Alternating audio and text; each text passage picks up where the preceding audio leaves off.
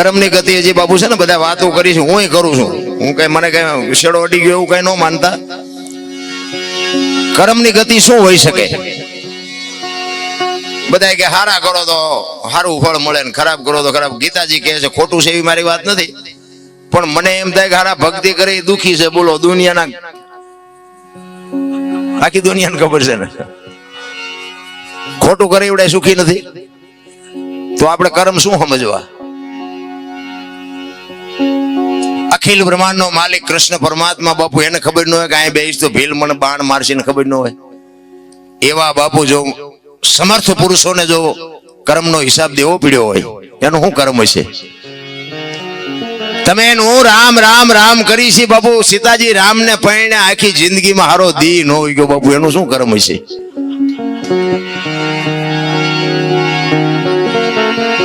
અરે દ્રૌપદીના ચીર લૂંટાતા ત્યાં કોણ નહોતું? કાળના જડબા ચાલીને ઉભા રાખે એવા પાંડવો હતા. કોણ નહોતું? આખી દુનિયા જાણે છે. શું ઈ દીકરીનો ગુનો શું હતો?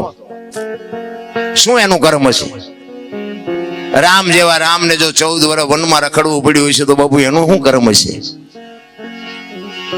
અરે થઈ થાવીને થાસ્યાઓ ત્રિકાળ જ્ઞાની મહાપુરુષ ગંગાનો પુત્ર ભીષ્મ છેલ્લે બાણની પથારીમાં હોવું પડ્યું, એનું શું કર્મ?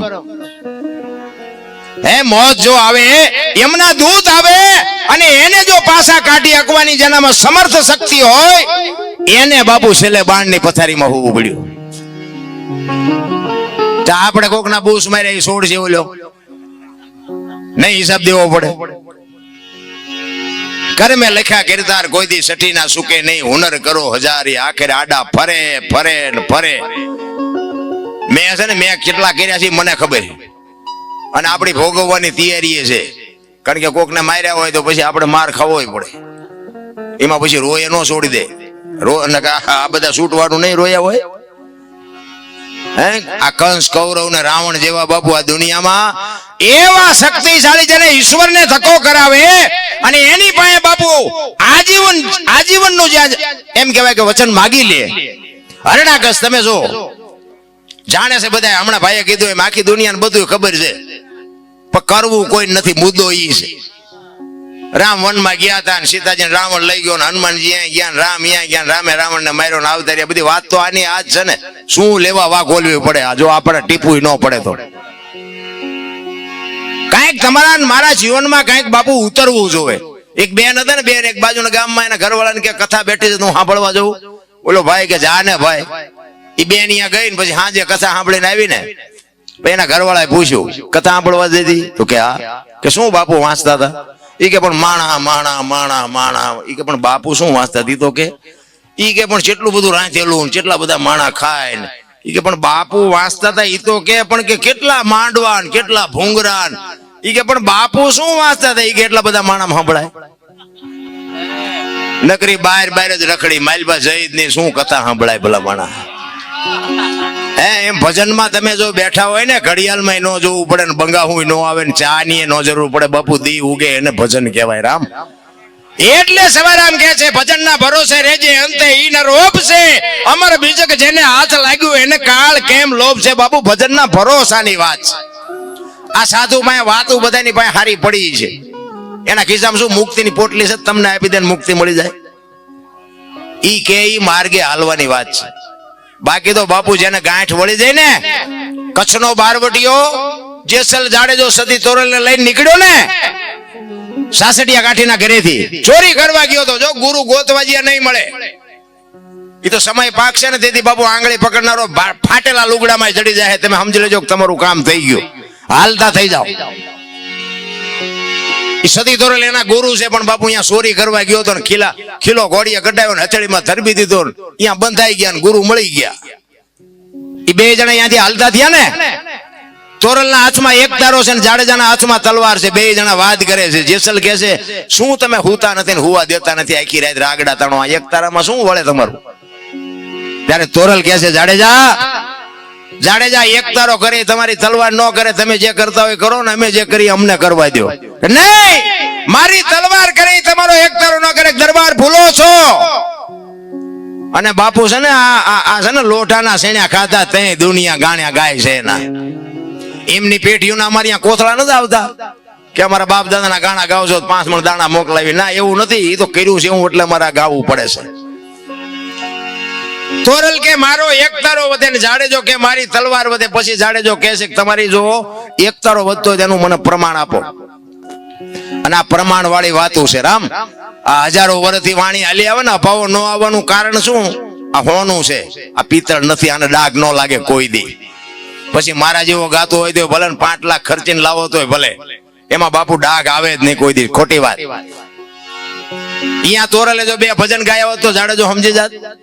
એ તો એવા ઠેકાણ લઈ જવા પડે ને. હાકડીમાં આવે ને હનુમાન ચાલીસા જે ચાલુ થાય ને નાભીમાં જ થાય.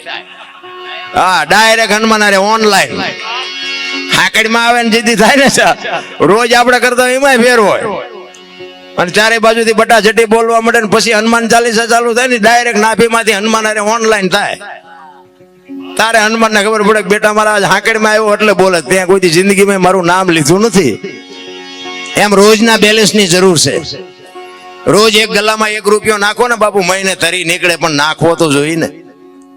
આ ભજનનું એવું છે. સતી તોરલ કહે છે કે જાડેજા હું સમય આવશે ને તમને પ્રમાણ આપીશ. દરિયાના કિનારે આવ્યા, હોડીમાં બેઠા ને હોડી મંડી હાલવા, અને મધ દરિયે હોડી ફૂગીને પવનને દિશા બદલાવીને ખોડા જેવડા મોફા મીડિયા ઉલળવા. તેથી કચ્છનો બારોટ મારબો રાહ રાહ રાહ મીડો રોવા. હો ભાઈ. અને મોત જેથી ઉઘરાણી કરે ને તેથી આ બધા, હું આમાં ભેગો છું તમારી ભેગો, આ બધા જાડેજા બાપુ કઈક કર્યું હોય છે તો બાકી રોતા નથી આવડવાનું. લખી લેજો, એક દિવસ આવવાનું છે. વાત 100% પાકી છે, સમજી લેજો. કાંઈક મહાપુરુષો એટલે કે છે એક ઘડી આધી મેં પનિયા 24 કલાકમાં કાંઈક કરી લેજો મારા રામ. બાકી કાંઈ છે નહીં. દીકરા ને બાપા ને વહુ ને મારે ફલાણું ઢોકળું એ બધું આયનું આપણે ઊભું કર્યું. બૈરું ભગવાને આપણે હેડ નહોતું મોકલાયું. આપણે જ્યાં ઘોડું લઈને અડધું ગામ ફેર લઈ, એ બૈરું એમ કે તેલનો ડબ્બો ખૂટ્યો લાવી દેવો પડે, આપણે ઊભું કર્યું છે એમાં. પછી પણ એ બૈરું હારે ન આવે એ લખી લેવાનું. આપણું છે ધ્યાન રાખવાનું, આપણી ફરજમાં આવે એને પૂરું પાડવાનું. બાકી ભેગું નહીં આવે એટલું ધ્યાન રાખવાનું. આપણા છે પણ આપણા નથી, આમ મગજમાં રહેવું જોઈએ. કચ્છનો બારવટીયો બાબુ એક સતી તોરલ પાસે બડપની પાટ ઓગળે મીડો રોવા. હો ભાઈ, રાહ રાહ રાહ રોવા. તોરલ હોડી હમણાં બુડી જાય ને મરી જાશું. ત્યારે તોરલ કહે છે જાડેજા તમે કહેતા હતા ને મારી તલવાર વધ્યા દરિયાને મડો કાપવા, હમણાં પૂગી જાય છે. અને ભાઈ જાડેજાને એમ થયું ઓહો મોત ઉઘરાણી કરશે આવી મને તો ખબર જ નહોતી. અને બાપુ આપણે કાંઠે જ ઉભા છીએ. એક લખી લેજો, કાલ ચિઠ્ઠી ફાટી જાય કોઈને ખબર નથી રહેવાની મારા રામ. કોઈ એમ કહેતો કે હજી મારા એટલું જીવવાનું છે, એ બધાનું તમારો મારો વેમ છે. બાકી જેટલું કર્યું એટલું જ તમારું. બાકી જય ભગવાન કાંઈ છે નહીં. આ પહેરેલા છે એ કાઢી લેવાના છે. હું તો પ્રોગ્રામમાં જાઉં અહીંયા કહું કે તમે અમને બોલાવો છો, આ ગઈ એક બોલી એક એટલે પછી તમે નથી બોલાવવાના. હવે ઇધર પર જાઓ, ગયો કે બીજાને કહો.